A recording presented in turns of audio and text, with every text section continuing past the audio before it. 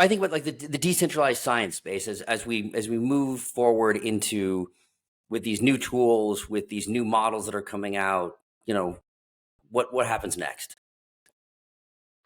Um, I think a couple things. One is that like I think in the future we won't maybe feel quite as much of a need to differentiate between like decentralized and centralized because decentralized will be just more normal.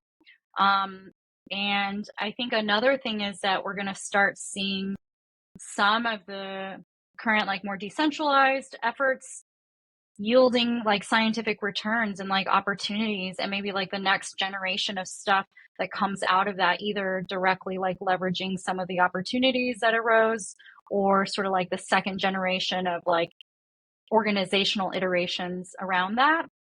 I mean, I think for us like at Arcadia, um, our hope is to see more people borrow some of like the aspects of our model, which is yet another reason why we try and be open about what we're doing.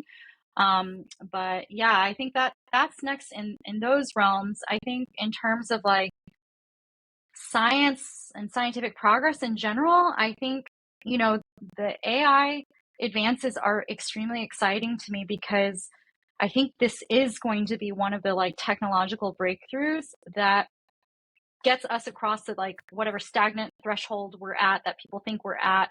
Because what we spent a ton of time doing in the last 2 decades is like generating massive amounts of data.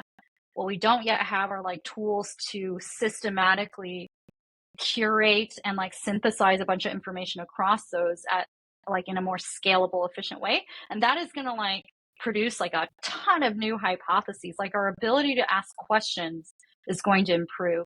Even if the high fruit goals don't change, I think we're going to start getting closer, because many times the reason we're not really moving is because we're not asking the right questions, because the manual sort of like, guessing and curation and hypothesizing, it can only take you so far. But there's like another thing that's right in front of us that's about to explode.